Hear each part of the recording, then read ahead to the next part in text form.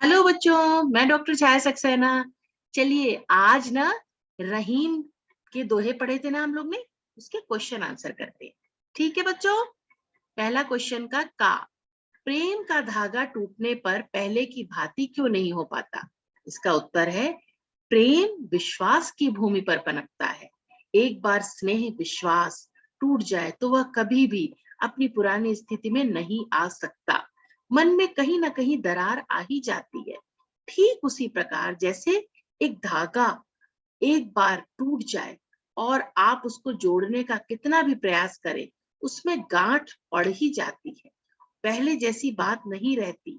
उसी प्रकार प्रेम संबंध खराब हो जाने से वह कभी पहले जैसा नहीं रह जाता। कहने का मतलब है कि प्रेम जो होता है ना, विश्वास पर ही आधारित होता है। अब किसी से अगर प्रेम है, कोई भी प्रेम संबंध हो सकता है, तो उसमें एक बार खटास आ जाए ना, एक बार आ जाए, कोई भी प्रॉब्लम आ जाए, कोई मिसअंडरस्टैंडिंग हो जाए, तो उसमें वो बात नहीं आती जो पहले होती है ना। पहले जैसे एक प्यार होता है, वो वाली बात प्रेम में नहीं आती अगर उसमें जरा सी भी खटास आ जाए। तो जैसे अब इसकी तुलना कर रहे हैं, जैसे धागे को तोड़ दो और फिर उसको कितना भी जोड़ो, आप गांठ तो लगाएंगे ना, तो गांठ रही जाती है। तो इसी वही बात कह रहे हैं कि प्रेम संबंध खराब हो जाने पर वो कभी भी पहले की तरीके से नहीं होता है। दूसरा पढ़ते हैं प्रश्न हमें अपना दुख दूसरों पर क्यों नहीं प्रकट करना चाहिए? अपने मन की व्यथा दूसरों से कहने पर उनका व्यवहार कैसा हो जाता है? अब ये बताया जा रहा है। आंसर है हमें अपना दुख दूसरों से इसलिए नहीं कहना चाहिए क्योंकि आपका दुख सुनकर कोई भी उसको बांटेगा नहीं। इसके विपरीत दुनिया आपका मजाक बनाएगी, आपका परिहास करेगी। इसलिए अपना दुख अपने मन में ही छुपा कर रखना चाहिए, उसे जग जाहिर नहीं करना चाहिए। मतलब जैसे आपको कोई प्रॉब्लम आई, अब आप उस अपना दुखड़ा सबसे रोने बैठ जाएं, तो उससे कुछ भी नहीं होगा, आप सिर्फ हंसी के पात्र बनेंगे। क्योंकि जैसे ही आप अपनी प्रॉब्लम या दुख किसी को बताओगे ना, तो सब आपका मजाक बनाएंगे और उनका बिहेवियर पूरी तरीके से बदल जाएगा। आप समाज में हंसी के पात्र बन जाओगे। इसलिए अपना दुख कभी भी, कवि ने कहा है, दूसरों को नहीं बताना चाहिए। अब गा है रहीम ने सागर की अपेक्षा पंक जल को धन्य क्यों कहा है? पंक जल मतलब कीचड़ का जल। उत्तर है रहीम ने सागर अर्थात समुद्र की अपेक्षा पंक अर्थात कीचड़ के जल को धन्य इसलिए कहा है क्योंकि समुद्र का जल तो खारा होता है, उससे किसी की प्यास बुझती नहीं, जबकि कीचड़ के जल से कम छोटे जीव की तो प्यास शांत होती है। तो वही बात हो गई कि अब समुद्र का पानी आप लोग पी सकते हैं बच्चों? नहीं ना। तो कह रहे हैं समुद्र इतना विशाल होता है, कितना पानी होता है समुद्र में, लेकिन फिर भी वो किसी की प्यास बुझा नहीं सकता। इवन जबकि जो कीचड़ होता है उसमें जो पानी रहता है, तो जो छोटे छोटे जीव कीड़े मकोड़े होते हैं उनकी प्यास उससे बुझ जाती है कीचड़ के जल से। तो वही वाली बात कह रहे हैं कि कोई फायदा नहीं समुद्र बनने से अगर आप कीचड़ के जल की तरह भी हैं। तो कीचड़ का जल भी धन्य है क्योंकि उससे किसी की प्यास तो शांत हो रही है। तो ऐसा बड़ा बनने से भी क्या फायदा कि हम किसी के लिए कल्याण ही नहीं कर सके। ठीक है ना।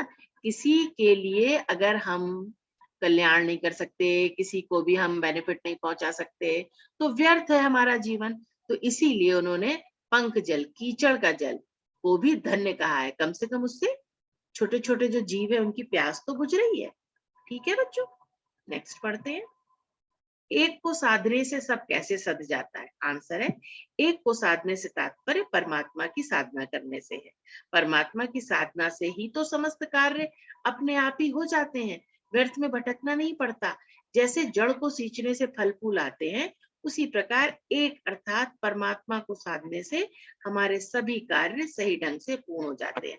अब ये एक से मतलब है परमात्मा। मतलब अगर हम ईश्वर की भक्ति करेंगे, ईश्वर की साधना करेंगे, तो हमें सांसारिक सारी चीजों की प्राप्ति स्वतः ही हो जाएगी। क्योंकि हम भगवान में रम जाएंगे तो हमको सारे सुख अपने आप ही प्राप्त हो जाएंगे। इसकी तुलना की है जैसे अब हम पेड़ में जड़ को पानी दें, तो पेड़ पे तो फल फूल आ जाएंगे ना, अपने आप आ जाएंगे। तो उसी प्रकार से हम ईश्वर को साधें तो हमें सारी चीजें अपने आप प्राप्त हो जाएंगी। ठीक है। अपने आप से मतलब ये नहीं कि हम कर्म ना करें, कर्म तो करना ही है। अब अगला है जलहीन कमल की रक्षा सूर्य भी क्यों नहीं कर पाता? उत्तर है जलहीन कमल की रक्षा सूर्य इसलिए नहीं कर पाता क्योंकि कमल जल से ही सिंचित होता है, जल से ही वह खिलता है, बढ़ता है और जीवित रहता है। यह ठीक वैसे ही है जैसे विपत्ति, परेशानी, कष्ट आने पर अपना पैसा अपना धन ही काम आता है, कोई दूसरा व्यक्ति उतना साथ नहीं दे सकता जितनी आपकी स्वयं की संपत्ति। अब कह रहे हैं कमल किस में खिलता है बच्चों, आप लोग जानते हैं ना, पानी में ही खिलता है, जल में ही खिलता है। तो अगर जल ही हटा लिया जाए, सूरज कितनी भी रोशनी देता रहे, वो कमल नष्ट हो जाएगा, कमल कभी भी नहीं अब खिल पाएगा। क्यों? क्योंकि कमल का पोषण जो जल करता है वो तो है ही नहीं। तो जलहीन कमल की रक्षा सूर्य इसीलिए नहीं कर पाता, क्योंकि कमल जो होता है, कमल का फूल जो होता है, जल से ही सिंचित होता है, जल से ही बड़ा होता है, जल से ही खिलता है, जल के कारण ही वह जीवित रहता है। तो इसकी ना ये तुलना भी की गई है, जैसे आपके यहाँ कोई प्रॉब्लम आ जाए, कोई कष्ट परेशानी हो जाए, तो अपनी गांठ का पैसा, मतलब आपके पास जो पैसा है ना, वही काम होता है, वही काम आता है, कोई भी साथ नहीं देता। जितनी की आपकी जब की जो संपत्ति है, आपका जो पैसा है, आपकी गांठ का जो धन है, वही आपका प्रॉब्लम में साथ देता है, दूसरों का नहीं। ठीक है बच्चों, तो वही उपमा इन्होंने की है कि जलहीन कमल की रक्षा सूर्य भी नहीं कर पाता, मीन्स जल ही करता है कमल की रक्षा। अब अगला है, अवध नरेश को चित्रकूट क्यों जाना पड़ा? अवध नरेश कौन थे? भगवान श्री राम। उनको चित्रकूट क्यों जाना पड़ा? अब आंसर है, चित्रकूट एक मनोरम और शांति प्रदान करने वाला स्थान है। यहाँ आकर व्यक्ति अपने दुख को भूल जाता है, व्यक्ति यहाँ की असीम शांति में खो जाता है। इसलिए वह अवध के राजा रामचंद्र जी को जब वनवास हुआ था, तो वह कुछ समय के लिए चित्रकूट में जाकर रहे थे। अब बता रहे हैं, जब रामचंद्र जी को वनवास हुआ था ना, तो प्रॉब्लम में आए थे, मतलब तो वो चित्रकूट गए थे, क्योंकि चित्रकूट जाकर सबको बहुत शांति का अनुभव होता है। वो एक ऐसा रमणीय स्थल है, ऐसा मनोरम स्थल है कि वहां जाकर सबको शांति मिलती है।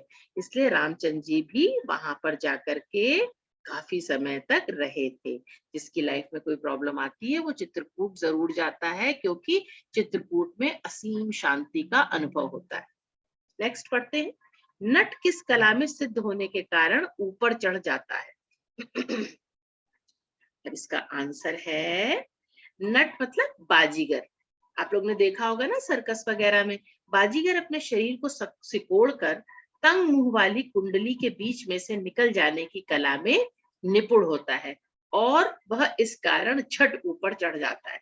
नट क्या करता है ना, बाजीगर अपने शरीर को बिल्कुल छोटा सा बना लेता है, और जो कुंडली होती है ना, घेरा, अपने शरीर को इतना सिकोड़ लेता है और झट से उसमें से बाहर निकल जाता है, और इसमें वो निपुण मतलब बिल्कुल परफेक्ट होता है। तो किस कला में परफेक्ट हुआ? अपने शरीर को सिकोड़ा, बिल्कुल छोटा सा किया, और छोटे मुंह वाले घेरे से भी छट से कूद के बाहर निकल गया। ठीक है बच्चों, तो इस कला में वो बिल्कुल परफेक्ट होता है। अब ये लास्ट वाला बहुत इंपॉर्टेंट है। जब मैंने ना ये वाले पद पढ़ाए थे ना, तो ये लास्ट वाला रह गया था बच्चों, वो कोई एरर आ गई थी, तो मैं इसमें उस वाले दोहे को भी पूरा क्लियर कर दूंगी। ठीक है बच्चों, अब क्या है, मोती मानुष चून के संदर्भ में पानी के महत्व को स्पष्ट कीजिए। तो यहाँ पर जो मोती है, मानुष, चून के संदर्भ में पानी के तीन अर्थ हैं। कौन कौन से? मोती के संदर्भ में चमक, मानुष के संदर्भ में पानी का तात्पर्य स्वाभिमान, और चून मीन्स आटा के संदर्भ में जल से है। इन तीनों के संदर्भ में पानी का अत्यंत विशिष्ट महत्व है।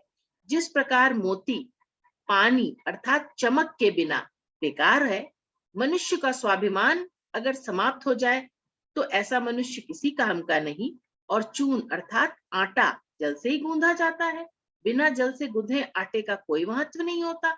इसीलिए मोती, मनुष्य और चूने के लिए पानी का अत्यंत विशेष महत्व है। आप लोग को क्लियर हुआ कि मोती के यहाँ पर तीन अर्थ हो गए। जैसे मोती जो होती है चमक से जानी जाती है ना, चमक ही उसका पानी है, आप ऐसे समझिए, चमक ही उसका पानी है। तो चमक के बिना मोती बेकार हो गया, ठीक है। और मनुष्य का स्वाभिमान उसका पानी है, तो मनुष्य में अगर स्वाभिमान नहीं है तो मनुष्य व्यर्थ हो गया। और आटे में अगर पानी न डाला जाए तो मड़ेगा नहीं, तो ऐसा आटा व्यर्थ है, बिना जल के व्यर्थ है। तो आटे के संदर्भ में पानी का मतलब जल से ही हो गया, जल ही हो गया। तो इसलिए पानी के का अत्यंत महत्व होता है, मोती के संदर्भ में भी, मनुष्य के संदर्भ में भी, चून अर्थात आटे के संदर्भ में भी। ठीक है, क्लियर है बच्चों? तो आई थिंक आप लोगों को अब ये सारा अच्छे से क्लियर हो गया होगा। ये चैप्टर, ये दोहा पूरे अच्छे से क्लियर हो गए होंगे। और कहीं भी कोई प्रॉब्लम हो तो आप हमें अवश्य बताइएगा कमेंट बॉक्स में लिखकर। सो फिर मिलते हैं। Thank you so much, bye bye.